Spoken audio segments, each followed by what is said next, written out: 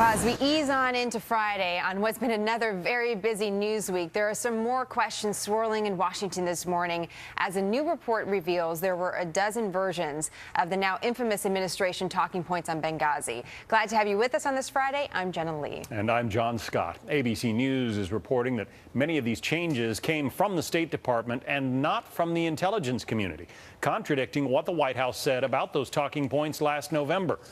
The revisions reportedly include requests to delete references to an al-Qaeda-backed group and CIA warnings about terrorist threats in Benghazi in the months leading up to the attack. These talking points, as you might remember, were given to Congress and to Ambassador Susan Rice, who made the rounds on the Sunday talk shows.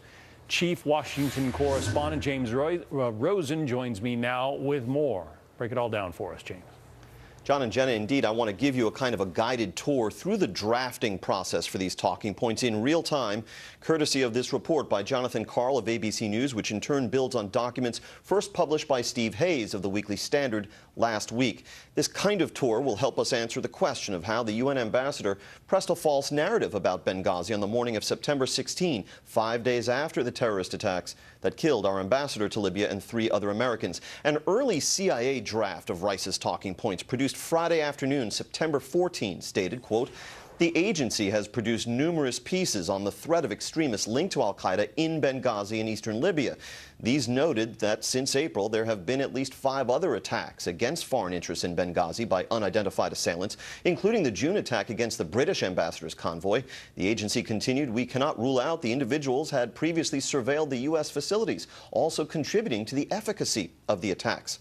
Well, that raised red flags for State Department spokeswoman Victoria Nuland, who, according to the ABC News report, quickly dashed off an email to her White House and intelligence community colleagues saying, quote, "The early CIA draft could be abused by members of Congress to beat up the State Department for not paying attention to warnings. So why would we want to feed that either? Concerned."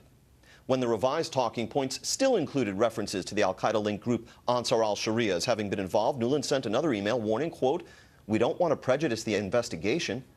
But an as yet unidentified National Security Council official at that point pushed back. Responding to Nuland, the FBI did not have major concerns with the points and offered only a couple minor suggestions. It was at that point that Deputy National Security Advisor Ben Rhodes apparently weighed in, noting that the talking points should, quote, "reflect all agency equities." And he then called a meeting of top deputies for the following day, the Saturday before Ambassador Rice spoke, to reshape the talking points some more. John and Jen. Wow, James Rosen, thank you. And coming up later this hour, we will speak with Wall Street Journal editorial page editor Paul Gigot about the potential political fallout for the Obama administration from all this.